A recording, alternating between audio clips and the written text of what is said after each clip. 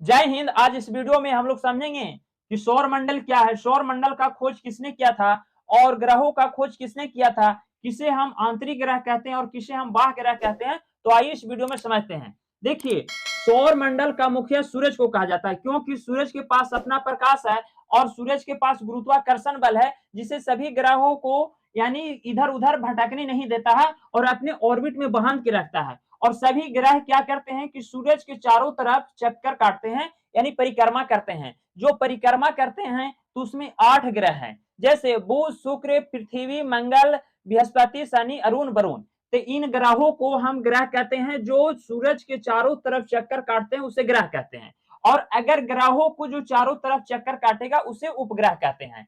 तो हम लोग समझते हैं कि सूरज के पास ऐसा कौन सी ऊर्जा है जिसके कारण वो प्रकाशमान है। तो देखिए, हाइड्रोजन और हीलियम के संयोग से उसमें ऊर्जा उत्पन्न होता है, जो ऊर्जा बहुत जल्द खत्म नहीं होता है, बहुत लाखों वर्ष तक चलेगा। और हाइड्रोजन और हीलियम के संयोग से उष्मा और ऊर्जा और प्रकाश की उत्पत्ति होती है, जिसमें हमें प्रकाश भी मिलता है, उष्मा भी मिलता है और ऊर्जा भी मिलता है। उष्मा यानी गर्मी मिलता है। जो तो सूरज के पास प्रकाश, उष्मा, ऊर्जा सभी है। तो सूरज के सबसे बगल का ग्रह जो है वो बुध है, और बुध जो है उस सबसे अगर जो नजदीक रहेगा यानी गर्मी के पास, तो उसे गर्म ज्यादा मिलेगा। जब गर्मी ज्यादा मिलेगा तो बुध ऐसा ग्रह है जो बहुत जल्दी गर्म होता है और बहुत जल्दी ठंडा हो जाता है। बुध ऐसा ग्रह है जो सबसे नजदीक का ग्रह होते हुए भी बहुत जल्दी गर्म हो जाता है और बहुत जल्दी ठंडा हो जाता है। उसके बाद आता है शुक्र। शुक्र बहुत यानी गर्म होता है, लेकिन वो ठंडा भी उतना जल्दी नहीं होता है, यानी शुक्र नॉर्मल है। और बुध और शुक्र ऐसा ग्रह है जिसका कोई उपग्रह नहीं है। उपग्रह यानी ग्रहों को, जो बुध और शुक्र को चारों तरफ कोई चक्कर काटने वाला उपग्रह नहीं है। और हम लोग पृथ्वी पे रहते हैं। पृथ्वी एक नीला ग्रह के नाम से जाना जाता है। तो हम लोग पृथ्वी ग्रह पर रहते हैं और बाकी ग्रहों पर जीवन संभव नहीं है, क्योंकि पृथ्वी पर हमारा वायुमंडल, वातावरण और ऑक्सीजन है, जिसके कारण पृथ्वी पर जीवन संभव है। तो पृथ्वी का एकमात्र उपग्रह चंद्रमा है, जो रात में हमें प्रकाश के रिफ्लेक्शन से यानी प्रकाश के परिवर्तन के कारण हमारा चंद्रमा दिखाई पड़ता है।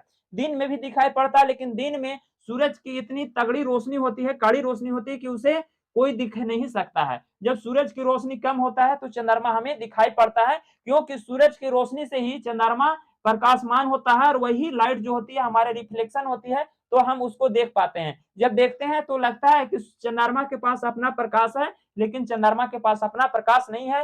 केवल बुध, शुक्र, पृथ्वी, मंगल, शनि, अरुण, वरुण, इन सारी के पास किसी के पास प्रकाश नहीं है, और किसी एकमात्र यानी प्रकाशमान है तो सूरज है, और सूरज को मुखिया कहा जाता है, ग्रहों का मुखिया कहा जाता है। अब सौर मंडल की खोज किसने किया? तो सौर मंडल का खोज कोपरनिकस ने किया और ग्रहों का खोज केपलर ने किया। पहले ग्रहों की संख्या 9 थी, लेकिन हमारा केपलर वैज्ञानिक ने खोज किए ग्रहों की। तो केपलर वैज्ञानिक ने देखे कि एक प्लूटो ग्रह 2006 से पहले प्लूटो ग्रह था। जो प्लूटो ग्रह हमारा सही से काम नहीं करता था। जब सही से नहीं काम करता था तो उसे क्षुद्र ग्रह का दर्जा दिया गया, क्योंकि क्षुद्र ग्रह ऐसे ग्रह होते हैं जो सही से काम नहीं करते हैं, अपनी मर्जी से काम करेंगे। जब चलते हैं यानी सूरज के चारों तरफ परिक्रमा करेंगे, जब मर्जी जब सूरज के चारों तरफ परिक्रमा करते करते रुक जाएंगे, फिर कभी तेजी से परिक्रमा करने लगते हैं, कभी स्लो से करने लगते हैं। तो ऐसे ग्रह को क्षुद्र ग्रह कहते हैं।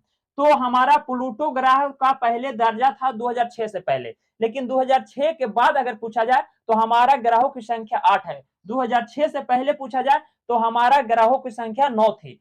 तो हमारा यानी ग्रहों की संख्या अभी वर्तमान में 8 है, 2006 से पहले 9 था।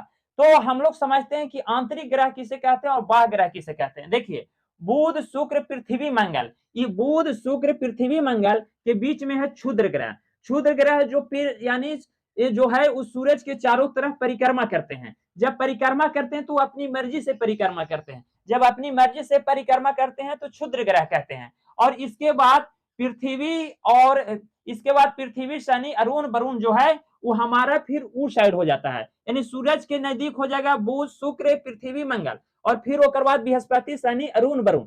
तो इनके बीच में जो है यानी मंगल और बृहस्पति के बीच में क्षुद्र ग्रह है। तो यानी मंगल को जो इधर का ग्रह हो गया उसे आंतरिक ग्रह, और बृहस्पति, शनि, अरुण, वरुण हो गया जो बाह्य ग्रह कहलाया। क्योंकि जो क्षुद्र ग्रह के उस साइड होगा उसे बाह्य ग्रह, और क्षुद्र ग्रह के जो इस साइड होगा उसे आंतरिक ग्रह, क्योंकि सूरज के नजदीक है। तो जो सूरज के नजदीक रहेगा उसे आंतरिक ग्रह, और सूरज से दूर होगा उसे वाह ग्रह, क्योंकि बीच में हमारा लाइन बनाता है हमारा क्षुद्र ग्रह। तो हमारा जो बीच का लाइन है बुध शुक्र पृथ्वी मंगल है, वो हमारा आंतरिक ग्रह होगा, और बृहस्पति शनि अरुण वरुण हमारा बाह्य ग्रह होगा। अगर हम पूछे सबसे चमकीला ग्रह तो शुक्र है, शाम का तारा शुक्र, सुबह का तारा शुक्र, पृथ्वी का बहन शुक्र, यानी शुक्र शाम का भी तारा, सुबह की तारा, भोर की तारा, सबसे चमकीला तारा, और पृथ्वी का बहन पूछा जाए तो शुक्र को कहते हैं। जो प्लूटो हमारा 2006 में मान्यता खत्म होने के बाद हमारा ग्रहों की संख्या अब 8 बची है। तो आई होप कि आप इस वीडियो में समझ पाए होंगे कि सौरमंडल क्या है, सौरमंडल में खोज किसने किया था, सौर और ग्रहों की खोज किसने किया था, और हमारा आंतरिक ग्रह क्या है, बाह्य ग्रह क्या है, इसके बारे में अच्छे से समझ पाए।